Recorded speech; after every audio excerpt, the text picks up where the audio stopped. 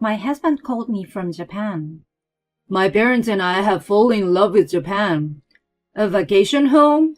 Well, whatever it's called, we bought it. You bought it? I have no idea what he's talking about. A vacation home in the US, sure. But a vacation home in Japan? I don't know what they are thinking. Has my husband lost his mind since he reached retirement age? My name is Olivia. I'm 52 years old.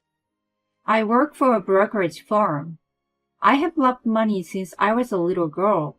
Watching the balance in my bank account grow little by little is a moment of bliss. When I tell my friends how much I love money, I get a lot of stares from them. Even as an adult, my love of saving has not changed, and I have been steadily saving money while working. I have increased my savings by occasionally investing them. Of course, there have been some failures, but I'm proud to say that I have been able to steadily build up my assets. My husband Lucas is a government employee. He is careless with money, but he's not the type to waste it. Since we got married, we have been gradually putting our spare money together. We have been investing our money together in a share account. Finally, we reached the $1 million that I had always dreamed of. I'm so happy that I could really achieve it. As I rejoiced that my dream had come true, my husband said to me, Your dream was not to buy luxury items or to go on a vacation. It was just to your saving goal. He said this looking dumbfounded. I could not have achieved this on my own, I said, expressing my gratitude. This year, my husband, who is 8 years older than me, reached retirement age. We have $1 million in savings to ensure prosperous retirement. I really wanted to achieve it before my husband's retirement. Thanks to this, my husband's retirement money will be his reward for all the hard work he has done. He can spend it as he likes. My husband has worked diligently and hard for many years. From now on, I'd like him to take a little time out of his schedule and challenge himself to do something he hasn't done in the past. My husband was also thinking of taking the plunge and doing a variety of things after retirement. He decided to take his parents on a trip to Japan to repay them for their help in raising our children. That's great. Your parents will be very happy. They helped me a lot when our kids were young. It's a good chance to repay the favor. Can you take me and my parents with you? I asked him. No, you have a job to do. I'm sure your parents have to tend the garden too. He dismissed me with a tone that made light fun of my parents' family who are farmers.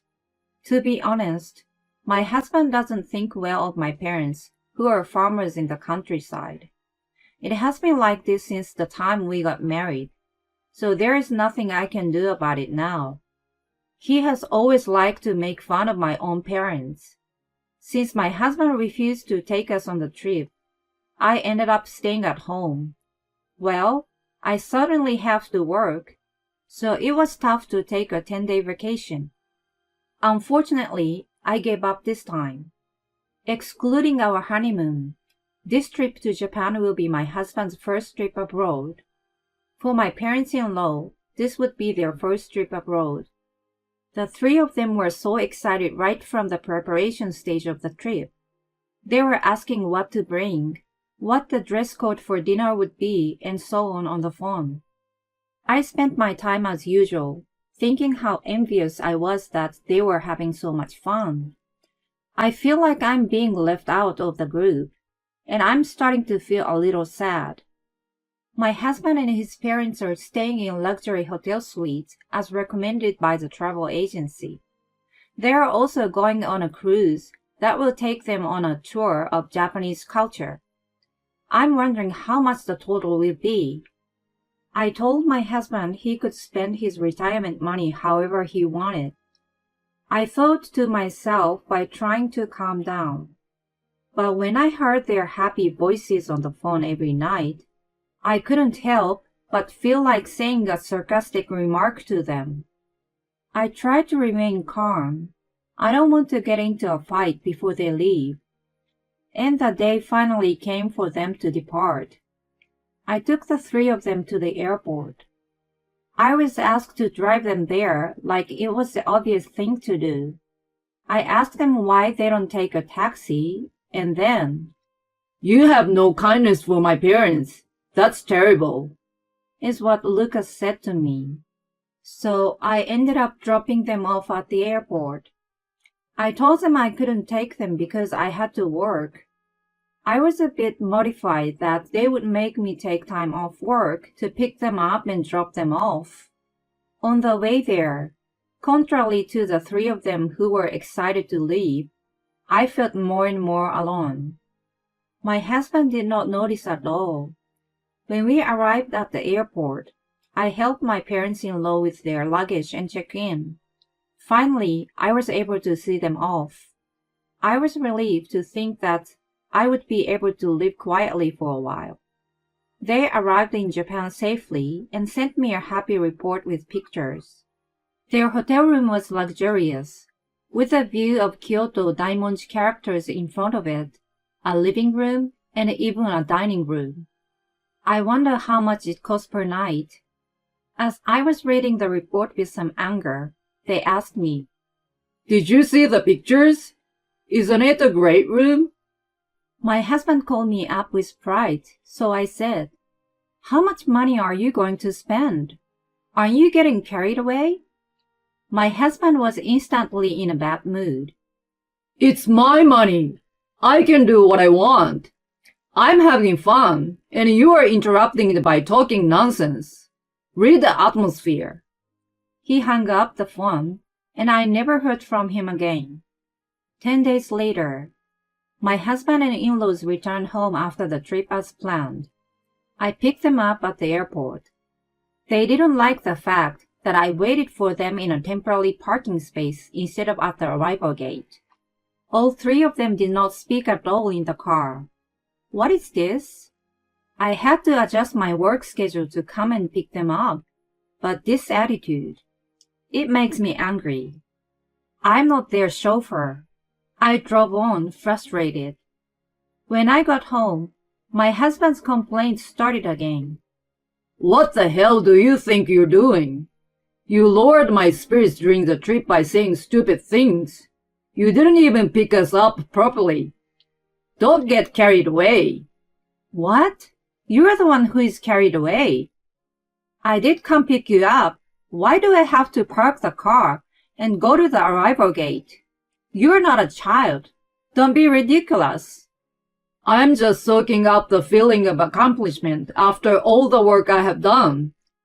I'm worried about my future if my wife doesn't have a shred of respect for me." With these words, my husband retreated to his room. What?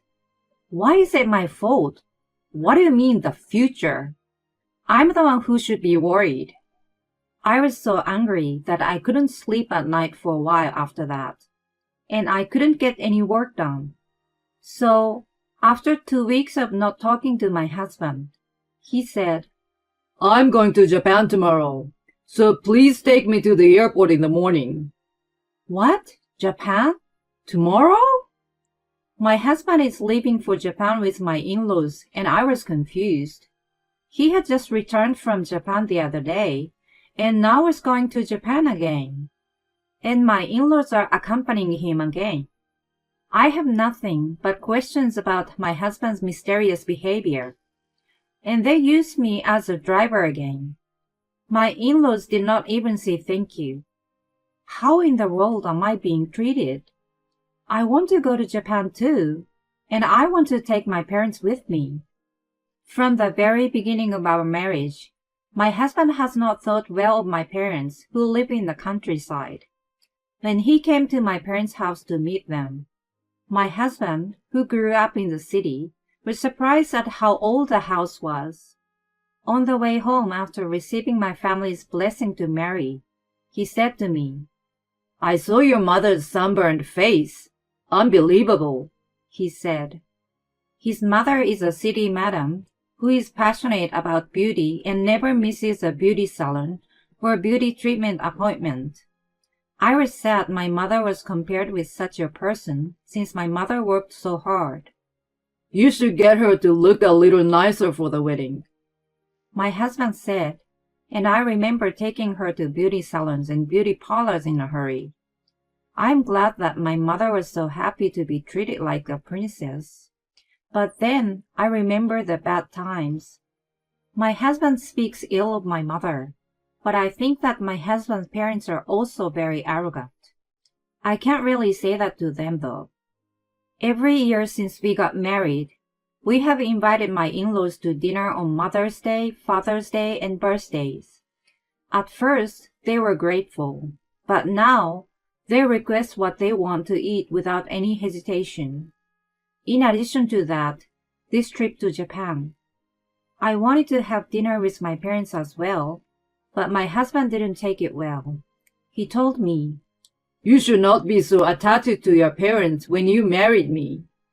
So my dreams stayed unfulfilled. I secretly sent flowers to my parents without my husband noticing. My parents are just happy that their daughter is well taken care of. They tell me not to worry about them. Whenever I call my parents, I make sure my husband doesn't see me. I feel that I'm putting a burden on my parents. When I apologize for the inconvenience, they say, Don't worry about it. That's the way it is when you get married. But my parents are old. I would like to show my appreciation in some way, but it is not going as smoothly as I wish. Well, my husband left me alone and traveled to Japan for the second time. I later learned that during the first trip, a local tour guide introduced a real estate agent to my husband and his parents, who were excited about Japan and wanted to live there. My husband got carried away. He told them that he had a lot of money in savings and retirement. I feel that he might have been a sucker. So the real estate agent and the tour guide took them for a ride. I think he was preparing to buy a property by opening a bank account at the local bank during the trip. Once he was ready, he returned to Japan and transferred the funds from the brokerage firm. I wish he has consulted me at that stage, even if it was just for a few words. It's a matter of hindsight, isn't it? 2 days after he left for Japan for the second time, I received a call from my husband. I didn't think it was a good call from my husband, who left with such an attitude.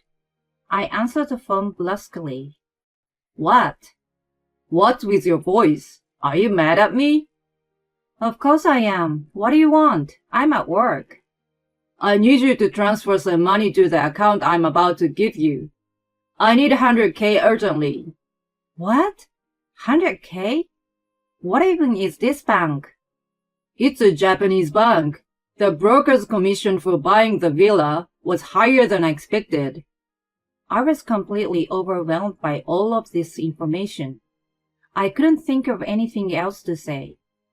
I wonder if elderly people who get scammed by bank transfer scams are like this. At any rate, I thought he might not be able to come home without the money, so I decided to do as my husband said. I tried to follow the procedure as my husband told me, but when I saw the balance in my savings account, my eyes went completely black. Wait a minute! What? Why? The 1 million that I had worked so hard to save had been wiped out. Now it was showing almost zero balance. I checked my account history and found that all my mutual funds and stocks had been sold. The funds had been transferred to the Japanese bank where I was about to deposit the money. Was my husband temporarily returned to Japan for this procedure? Without consulting me, I will never forgive him for this. They were about to successfully purchase real estate with the money I deposited. My husband returned home with great satisfaction. I urged him to sit on the sofa. What's this Japanese villa? What did you do with the money we saved together? I asked, holding back the urge to yell at him. My husband seemed completely oblivious to my anger. He was still in a good mood. Think of all the fun we'll have when we get old and can go to Japan anytime we want, huh? You have something to look forward to, don't you? Let's go together next time. What are you talking so carefree about? Why do you think I'm just going to? I was so confused about what to say that tears just started to well up. I'm sorry. It was selfish of me. But why don't you go with me when you retire? We can live over there if you want. No matter what I blamed them for, there was nothing I can do about the money that was gone and the real estate that remained. Why am I going through this? Every time I thought about it, I felt depressed, and I was getting more and more depressed day by day. I decided to break it off as much as I could so that I would not have to go on like this. After that, my husband started going to Japan once every 2 months. I thought maybe he was having an affair, so I looked into it. Apparently, he goes with his parents every time. The first summer after purchasing the vacation home is approaching. I want to take my parents to Japan for a long vacation. We want to go see the villa. I asked him. What? You want to go? With your parents? Japan doesn't suit country people. Me and my parents are going on a long vacation, so we don't have a room in the first place. Since you spent my money, I have the right to use the villa, don't I? What do you mean, my money? Your parents are strangers to my family by blood. That's why I won't let you take them there, and why I won't let you use it. By blood? What are you talking about? Well, I'm not connected to your parents by blood either. Does that mean I can't go? I guess that's what it means. I see, so that's how you thought of it. So my parents and I are strangers to you. That's an obvious fact. How could he say such a terrible thing with a goofy smile on his face? My body was shaking with anger. I don't care what happens to you. What? Try to do whatever you want. I don't care. You said it. I will do it. Just watch me. I immediately applied for a paid leave of absence while my husband was in Japan. I sold my and my husband's cars, packed up our belongings, and left home. Since both cars were in my name, I could easily get rid of them. But since the house was in my husband's name, there was nothing I could do. So I changed the locks on the house. Now my husband cannot enter the house after he returns from Japan. As I expected, I received a phone call from my husband. Hey, Olivia, where are you right now? I can't unlock the door. Let me in. No, it's not broken. I changed the locks. I have all the new keys, and I'm never going back there again. After spending our money all over the place, I'm divorcing you who said that we were strangers, since we are not connected by blood. What? Wait a minute. I don't understand. Just as I planned, he's confused. This is what you get. It makes me laugh. I'll be contacting you through my lawyer. Don't try to call my personal phone. Goodbye. I hung up the phone, and my husband tried to call me repeatedly, but I ignored him. He couldn't get into the house and had nowhere to go, so he ran to his parents' house. He is a small man to go back to his parents' house at a time like this, instead of going to a hotel or something. This time, my in-laws started calling me, but of course I ignored it. They were too persistent, so I turned off my phone. Later, the lawyer I hired contacted my husband. The content was a declaration of intent to divorce and a request for alimony. The main reason for the divorce was that he had spent most of the $1 million, which was the couple's joint property, without permission. My desired terms are the remaining deposit and the money from the disposal of the house be mine, and alimony is paid to me. My husband did not accept these terms, and we had to go through divorce mediation. Naturally, the mediators were on my side because of the expensive amount of money spent. As a result of the mediation, my husband accepted the divorce and alimony payment. In fact, my husband has reached retirement age, but he is not yet old enough to receive a pension. He did not even apply for an advance. He was caught off guard because I was still working while his own income had ceased to come in. Did he let his guard down? Or did the fact he had a retirement allowance and a deposit make him too big and too foolish? He had planned to take it easy until the year he received his pension. This was after he had turned down all offers of new employment from his workplace. He lost his savings, his house, and my husband's own possessions were zero. With no job and no income, my husband had to pay alimony to me. My husband seems to have become mentally unstable. He's treated as a burden by his parents, even though they readily accepted his hospitality when he took them out for meals or to Japan. I think it is terrible that they treat him like a burden. But I guess it is like childlike parent. The problem is the Japanese villa though. According to the lawyer, there are quite a few monthly maintenance fees. It has a large floor plan and a shared pool. They need almost $50,000 a month in maintenance fees. Nowadays, the villa is a vacation home that we cannot afford to go. To pay for the upkeep, my 60-year-old husband works day and night at the factory job. Even if he wanted to give up the villa, it would cost a lot of money to go there and to set up an intermediary.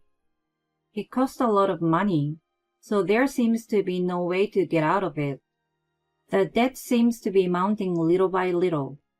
They are getting to the point where they are going to have to let go of the in-laws' house soon. They deserve it, don't they? As for me, most of the money I've saved so far was spent, but to tell the truth, when I had reached my goal of $1 million, I lost sight of some of my goals. I am 8 years younger than my husband and still have a job. Since I divorced my husband and now live alone, my living expenses are much lower and I have more money to invest. I am looking forward to seeing how much I can increase from my current balance to retirement age, combined with the money from the sale of my home. I am going to try my best to buy a small house in Hawaii when I retire. My parents have never been able to travel much because of the farm, and I want them to spend their retirement in Hawaii. I thought they would be happy if I let them spend their retirement in Hawaii. I'm now looking into properties. I have been working all my life, so I would be happy to spend the second half of my life with my parents and me alone.